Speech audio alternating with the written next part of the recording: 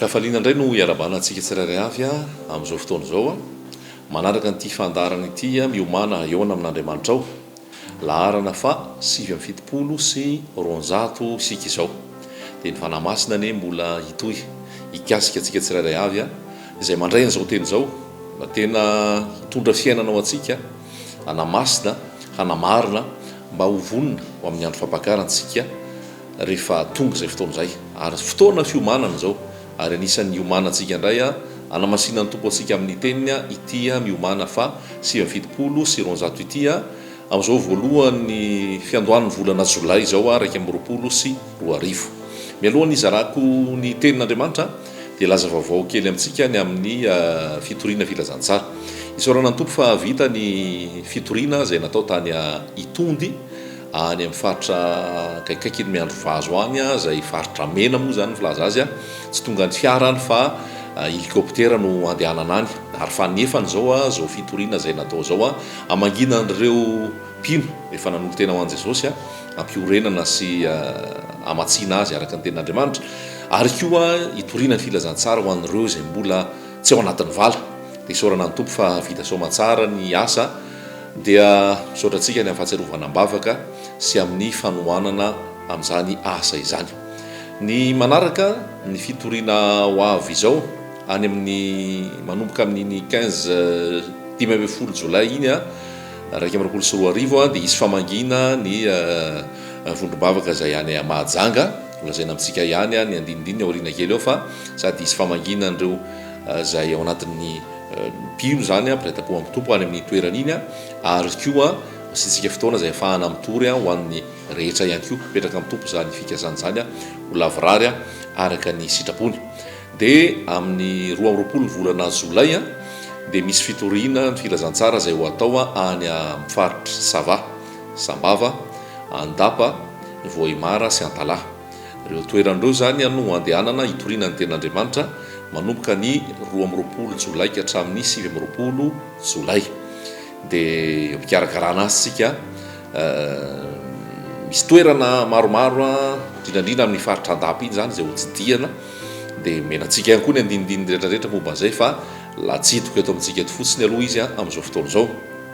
Dia raha manery ianao ny iara-iasa ao anatin'izany ka ny amin'iny faritra iny ianao na malala olona dia afaka mifandraitsika amin'ny laharana io ambany io na manoratra mail ihany koa fa ny mifandray telefônina moa zany tonga dia aingana satria fotoana efa akaiky dia misaotratsika mahatsiaro ambavaka ny asa izay atao ary raha tery-panahy koa anao anohana n'izany asa zany dia raisina mpitiavana atanandroa ny fanohanana ny asa ary dia ny voninahitra dia ho an' Jesosy amin'izany rehetrarehetra zany.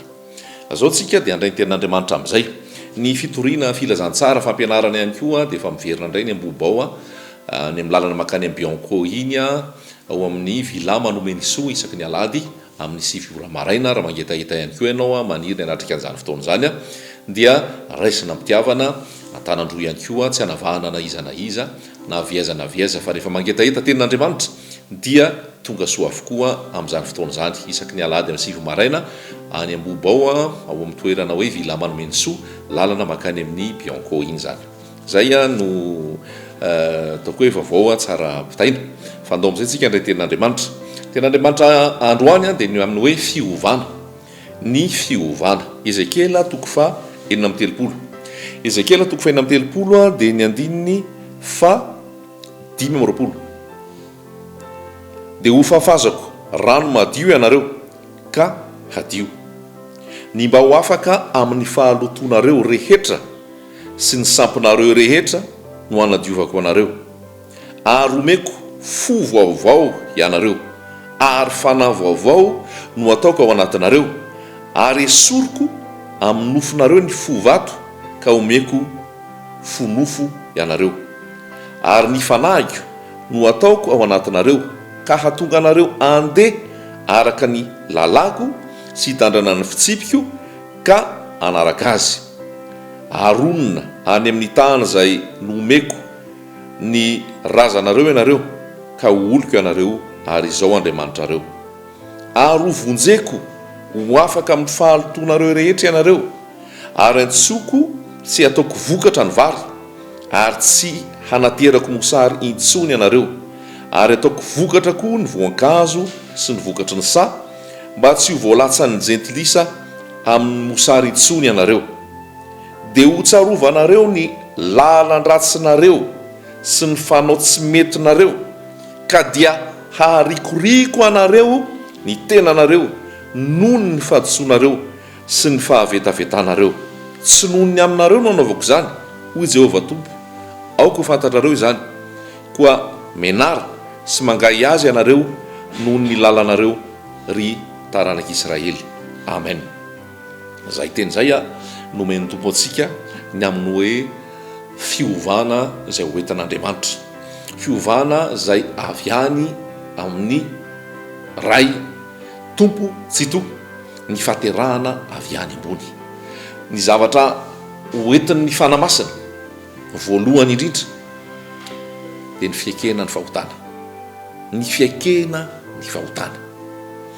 Raisitsika ny Jaona toko fa 9, Jaona toko fa 9 andininy fa 8.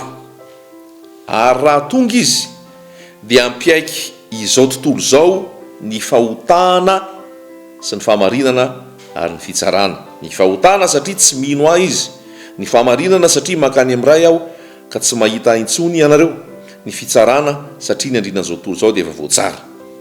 Ny asan'ny fanamasina voalohany indrindra dia ampiaiky ny olona ny fahotana. Raha vao tsy resaka fiekena eloka, fiekena fahotana, fanenenana ny amin'ny otana tao sy tena hoe fahatsapana rikoriko ny ota, raha vao tsy zay ny fiatombomoan'ny fanamasina dia tsy tena fahaterahana avy any ambony zany.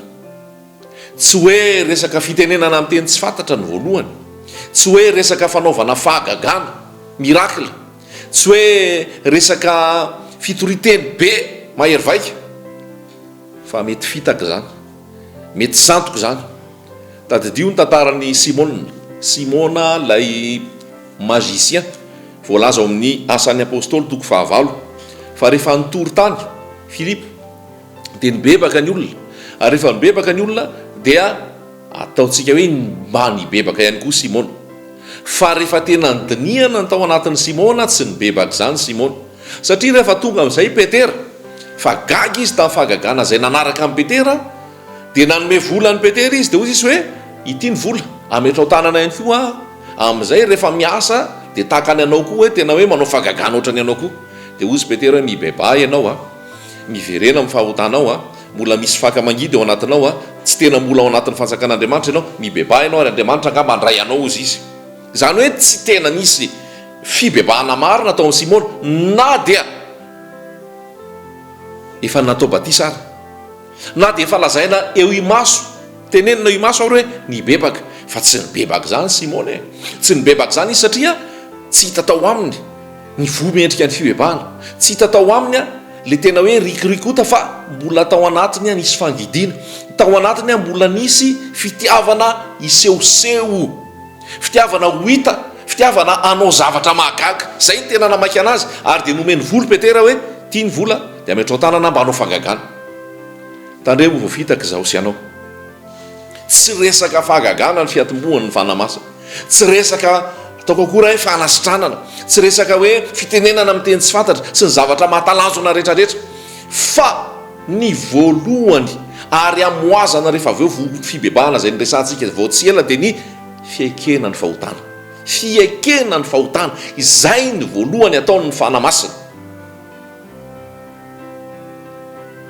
Rehefa miasa ny fanahy, voatory ny filazantsara, voakasika tampony ny olona, resaka amin'ny Petera ihany raitsika ao amin'ny asan'ny apôstôly rehefa nilatsaka ny fanahy masina toko 2 sy ny toko 7, dia voatsindrina tao ampony ny olona dia nanontany tamin'ny Petera hoe ry rahalahy, inona ny tokony ataonay? Dia hoy Petera hoe mibeba ary eo ka samy atao batisa amin'ny anaran'i Jesosy nareo mba amonona ny fahotanareo, amonona ny fahotanareo. Zany hoe rehefa miasa io fanahy masina io, ary tena miasa io fanahy masina io dia any ampon'ny olona ny tena kitihany, ny ao amin'ny fiainan'ny olona mihitsy ny tena kitihany, ary mahatonga fanenenana ao anaty, mahatonga faharikorikona ny amin'ny lalan-dratsy. Tiako iverenana amin'izay le tenin'Andriamanitra andraisitsika teo, Ezekiela toko 4:30, dia zao no voasoratra ozy izy hoe hotsarovanareo ny lalan-dratsinareo sy ny fanao tsy metinareo ka dia harikoriko anareo ny tenanareo noho ny fantsoanareo sy noho ny fahavetavetana nataonareo. Tady io tsara zay fiasan'ny fanamasina zany. Ery ambonimbony izy dia mbola misy an'izay ery amin'ny andininy fa 7 hovonjeko ho afaka amin'ny fahalotonareo rehetra ianareo. Hovonjeko ho afaka amin'ny fahalotonareo rehetra ianareo. Zany hoe misy fanenenana mihitsy ao anaty. Raha ndray ten'Andriamanitra zao dia misy indray atao amin'ny Lioka 7. Lioka 7 ny amin'ilay vehivavy anankiray le niditra tao amin'ny Simona. Re nanasan'i Jesosy isakafo. Fa io vehivavy io dia voalaza hoe ratsy fitondran-tena. Ary rehefa ratsy fitondran-tena izy io nisy fanenenana ny amin'ny ota, fanenenana ny amin'ny fahotana nataony tao dia nanatona an' Jesosy izy. Ary rehefa nanatona an' Jesosy izy dia nakeo an-tongotra Jesosy, tsy sananatrika an' Jesosy akory fa tao ivohany. Dia tao izy no nitomany dia voasasany ranomasony mihitsy ny tongotra Jesosy ny fahony tamin'ny volony dia avy eo vakiny ny tavoangina menaka dia nosorany menaka ny tongotra Jesosy. Nisy fanenenana tao, nisy rikoriko fahotana tao. Izaho sy ianao manao ahoana? Ny amin'ny fiainana, ny amin'ny lasa, ny amin'ny zavatra ny ainana, ny amin'ny zavatra natao. Androany ny fanamasina miteny amiko, androany ny fanamasina miteny aminao. Raha tsisy fanenenana ny amin'ny ota natao, raha tsisy faharikorikona ny amin'ny lasa rehetra tsy mety, lalan-dratsy tsy mety, zavatra tsy mety natao, tsy mbola miasa ny fanahy zay, tsy mbola miasa ny fanahy zay. Fa androany ny fanamasina tena te-hanitikitsika, tena hoe ampisy an'izay zavatra zay. Tsy hoe rehefa mieritreritra ianao ny lasa, mieritreritra ianao ny natao, mieritreritra ianao ny jerena, mieritreritra ianao ny zavatra ny saintsainina, ny zavatra ny tenenina, ka tena hoe zavatra tsy araka ny tenin'Andriamanitra, ny fanohatra tamin'ny tenin'Andriamanitra, dia tsy misy mihitsy ao anatinao hoe mbola maniry an'izany, mbola mitady an'izany. Fa ianao ara menatra tsy te herika, tsy te hitraka, tsy te hijery. Voalazan'ny tenin'Andriamanitra ny epistily any hoe nataony ao amin'ny manginginana, nataony amin'ny maizina, mamenatra na nilaza azy ary. Zany hoe mampite hisitry belona, mampite hiafina tanteraka mihitsy satria tsy mendrika, maloto, tsy ao anatin'ny tenin'Andriamanitra. Fa zay ny fiasan'ny fanamasina. Ary move toriana amiko sy aminao izany fibebahana zany. Move toriana amiko sy aminao ny amin'ny hoe fanenenana ny amin'ny ota natao, ny amin'ny lalan-dratsy tsy mety, ny fanao tsy mety rehetra. Fa raha tsy zay no toriana, tsy voatsindrona ny fon'ny olona, raha tsy zay ny fiasan'ny fanamasina, tsy tena mitoandraka olona ho any an-danitra zany. So dia ny olana fotsiny tiana ovahana, so dia zavatra manahirana fotsiny tiana ovahana, so dia te hahazo fitahiana fotsiny ianao, so dia te hahita fahombiazana fotsiny ianao. Fa ny lanitra tsy hidiranao, ny fahotana mitoetra ao anatinao ihany. Ao ny fijangajangana, ao ny fangalaram-badin'olona, ao ny langa, ao ny famitahana, ao ny herisetra, ao ny tsy famelan-keloka, ao ny halatra sy ny risoriso maro isan-karazany. So dia mivavaka hoy Jesosy hoe ity firenena ity manaja iam-bolony fa ny fony kosa lavitra. Hoy Jesosy hoe tsy zay rehetra manao amiko tompotompoka nge niditra ny fanjakany lanitra. Afaka manao asan'Andriamanitra foana tsika, afaka mitory tenin'Andriamanitra, afaka mihira, afaka manao fiderana, afaka manao asa fanompona, afaka manandrara ao anatin'ny sehatra anankiray ara-pivavahana. Fa move ny bebaksika, move ny aiky ny fahotantsika, move nanenana ny amin'ny ratsy nataotsika. Zay manafina ny fahotany tsy ambinina, fa zay nitsotra ka mahafoy azy no mahazo famelan-keloka. Androany manitikitika ny fanahy, androany manitikitika anao ny fanamasina. Evero ny lalanao, evero ny lalanao, evero ny toerana misy anao. Hoy ny tenin'Andriamanitra any amin'ny Apokalypry ihany hoe tsarovy zay ny toeranao fony tsy mbola lavo, tsarovy zay ny toeranao fony tsy mbola lavo. Evero taizany nalavo anao, inona ny nahasolafaka anao, inona ny nampienjeranao, ary ibebao miverena. Fa raha tsy ibebaka ianao izy dia tonga tahaka ny fiavin'ny mpangalatra ka hanala fanaovan-jironao hiala aminy. Fanaovan-jiro zany rehefa tsy eo ny jiro maizina, ary rehefa eo ny maizina fahafatesana, ary rehefa eo ny fahafatesana tsisy fiainana, tsy any amin'ny fanjakan'Andriamanitra. Androany miverina amin'ny tenin'Andriamanitra tsika, tsisy mongamonga.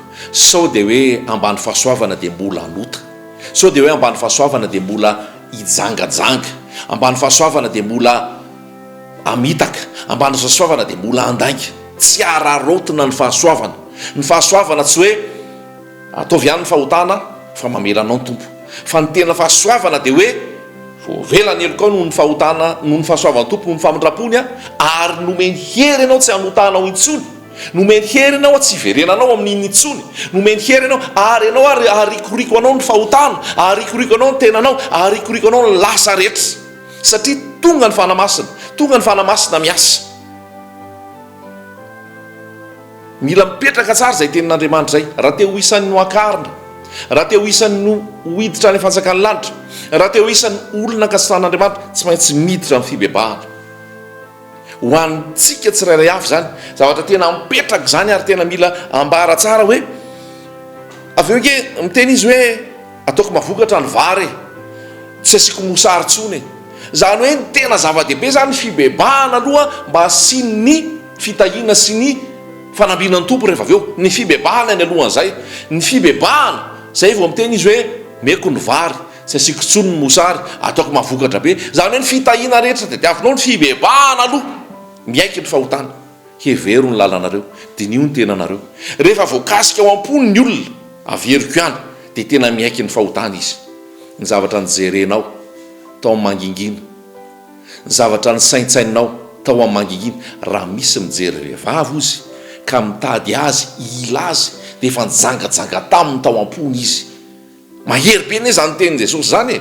Zany hoe tsy voatery miona amin'ny olona ianao, tsy voatery mifandray amin'ny olona ianao, tsy voatery misy fifampikasoana ara-batana, fa raha misy fisainana ao anatinao ao, raha misy toe-po ao anatinao, misy fijangajangana, misy filana, misy fietreretana filana ao anaty, dia efa nijangajanga tao am-po ianao. Ary ny mpijangajanga hoy ny ten'Andriamanitra dia any ivelany, tsy miditra fanjakan'Andriamanitra, tsy mahazo fiainana. Ny firaisany ara-nofo ivelan'ny fanambadiana sy alohan'ny fanambadiana dia fijangajangana eo anatrehan'Andriamanitra, na tamin'ny oviana na tamin'ny oviana, na amin'izao na amin'ny hoavy, ny tenin'Andriamanitra tsy miova omaly sainio ary mandrakizay. Raha miaina ao anatin'izany ianao, fa adio zany, ialao zany, manome hery anao Jesosy Kristy tompo, manome fahefana anao Jesosy Kristy tompo. Raha manenina ianao ary te hahazo fiainana, te hahazo hery ao am' Jesosy, ny afahanao manohatra an'izany. Fa tsy misy famonjena fa tsy eo am' Jesosy, ary fijangajangana eo anatrehan'Andriamanitra zany, ary mijangajanga tsy miditra amin'ny fanjakan'ny lanitra fa makany amin'ny fahaverezana. Zay dia zavatra tena mila mipetraka ho an'ny tanora, ho an'ny mpitovo, ho an'ny mpivady, ho an'ny iza na iza dia izay le fahamasinana. Mila miaina amin'ny fahamasinana ianao, ary tena tokony ho rikoriko ianao raha niaina tao anatin'izany ianao, raha mbola miaina ao anatin'izany ianao amin'izao fotoana. Mibeba malaky mba ahafahanao mahazo famelan-keloka, ahafahanao miditra amin'ny fanjakan'ny lanitra. Raha nisy zavatra azo tamin'ny tsirarina, aza faly mitazona an'izany, fa avitsory zany avelao. Tadidio ny tantaran'ny Zakaiosy vao nitoriky vao aingana.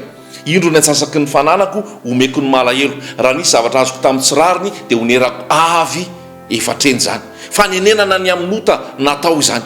Raha ao anatin'ny langy ianao, aza mandanga intsony. Zavatra pratika ny resahana aminao eto. Aza mamitaka intsony, aza mamitaka olona, aza mamitaka vady. Hoy ny ten'Andriamanitra ao amika hoe aoka samy anaja ny vadiny fahatanorany, aoka tsy hamitaka ny vadiny fahatanorany. Mila miaina amin'ny fahamasinana, mila miaina amin'ny fahamarinana, fa tsy ao anaty fijangajangana, ao anatin'ny antokopihira miaramira ao nefa mijangajanga, ao anatina fitoriana nefa mijangajanga, ao anaty mampalahelo zany zavatra zany. Misy tena hoe tena zavatra mamofady, tena hoe ao anatin'ny fahalotona nefa milaza fa zanak'Andriamanitra, nefa miaso ny anaran'i Kristy, miaso ny anaran'i Jesosy, nefa ao anatin'ny hoe mandeharaka ny ara-pivavahana.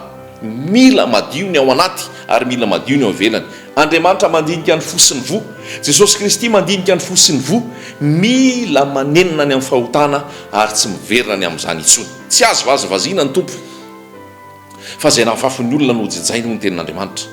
Raha mamafy votsara ianao dia jinja ny votsara. Raha mamafy langy ianao, raha mamafy fitaka ianao, raha mamafy ota ianao, dia fahafatesana ny tambiny ota. Androany antsoa Jesosy, androany manatona ny Jesosy fa ho dioviny ianao, ho amasinina ianao, ho amarinina ianao, homeny fanahy vaovao, homeny fo vaovao, homeny hery, ary efahanao miala fahotana ary tsy miverina amin'izany intsony, satria efa teniny zany fafazany rano madio, omeny teny, omeny fanahy nitoetra ao anaty, ary dia olona vaovao amin'i Jesosy Kristy noho ny fiasan'ny fanamasina, miantora aminy, mifikirina aminy, miresa aminy, fa velona izy, hary amaly ianao izy. Ho azy ny voninahitra, fansoavana sy ny fiadanana ho amin'ny olona kasitrahana.